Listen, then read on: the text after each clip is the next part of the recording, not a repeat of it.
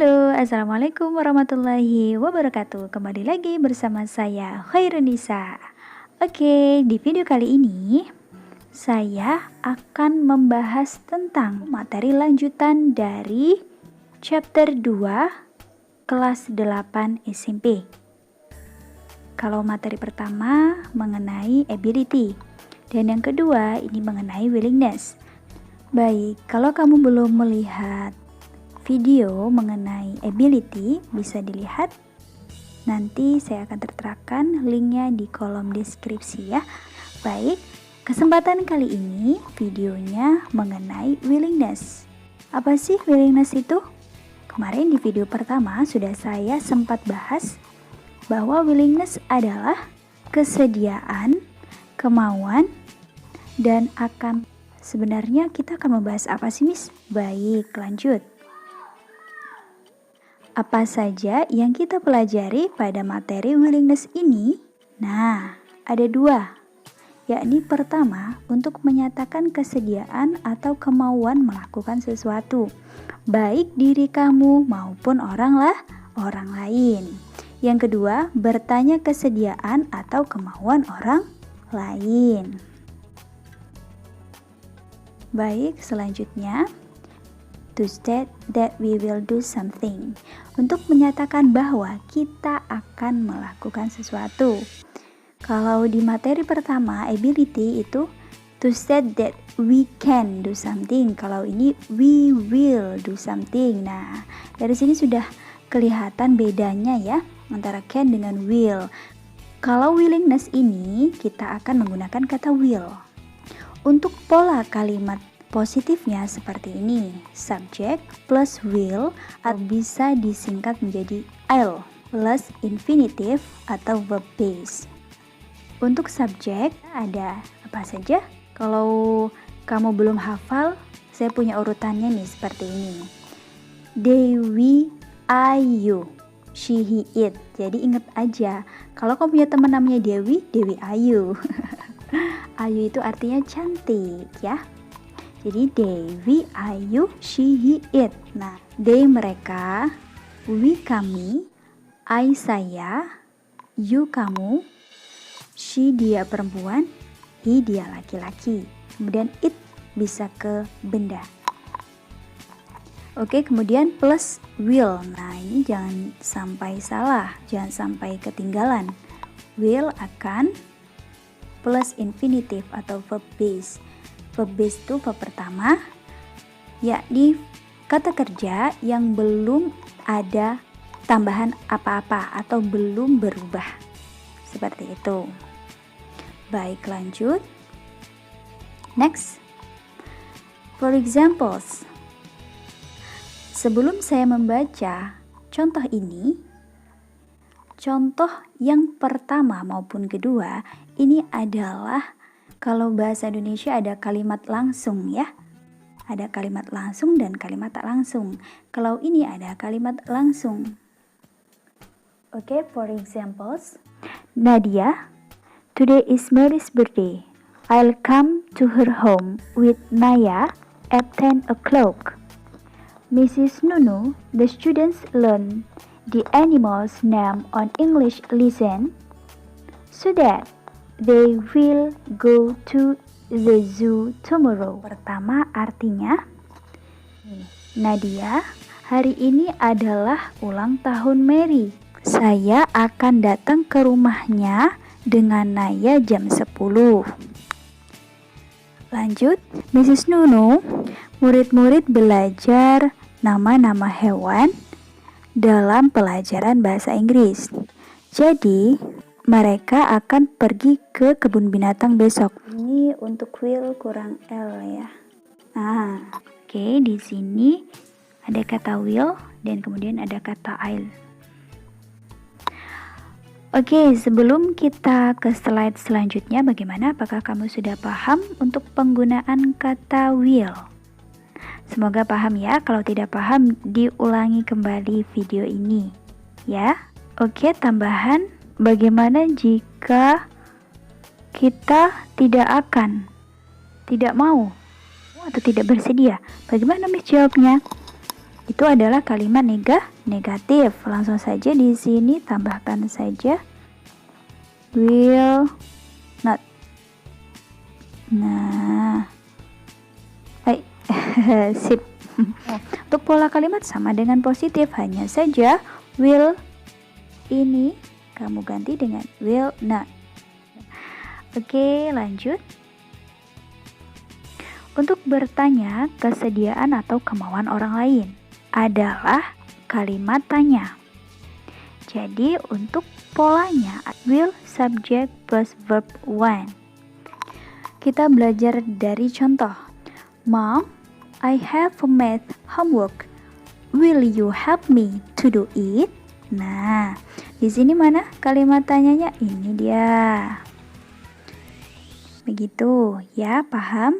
Nah, coba kita terjemahkan. Mom, I have a math homework. Will you help me to do it? Mom, saya punya PR matematika. Maukah kamu membantuku mengerjakannya? Nah, kemudian momnya menjawab, "Okay, my son, I will help you." Oke, anakku, saya akan menolong kamu. Seperti itu jawabannya. Oke, kita lanjut. Ada percakapan dalam buku panduan When English Rings a Bell. Kalau kamu punya bukunya bisa coba dibuka ya. Saya sampaikan sesuai dengan panduan buku ya. Dan ada referensi buku yang saya punya juga. Baik, ayo kita mulai baca. Udin, will you help me to bring this book? Sir. Udin, maukah kamu membantuku membawakan buku ini? Tentu. Kemudian, Dayu, you pass by Udin's house, don't you? Will you give this note to him, please? Of course, I will. Dayu, kamu melewati rumah Udin, bukan? Maukah kamu memberikan catatan ini untuknya? Tolong. Kemudian kata Dayu, of course, I will. Tentu saja saya akan memberikan. Atau saya mau. Oke, lanjut ya. Siti, I have to see the principal now. Will you buy me iced tea, please? Sure, with or without sugar? Siti, saya harus bertemu kepala sekolah sekarang. Maukah kamu membelikanku es teh? Tolong. Sure, tentu. Dengan atau tanpa gula? Nah, Siti bertanya lagi. Seperti itu. Lanjut. Benny, will you close the window please? Certainly, sir. Katanya Pak Guru. Menyuruh Benny. Benny, maukah kamu menutup jendela? Tolong. Tentu saja, sir. Lanjut nomor 5. Edo, will you do this for me, please? I'll make the table. Yes, mom, I will. Ibunya menyuruh Edo nih.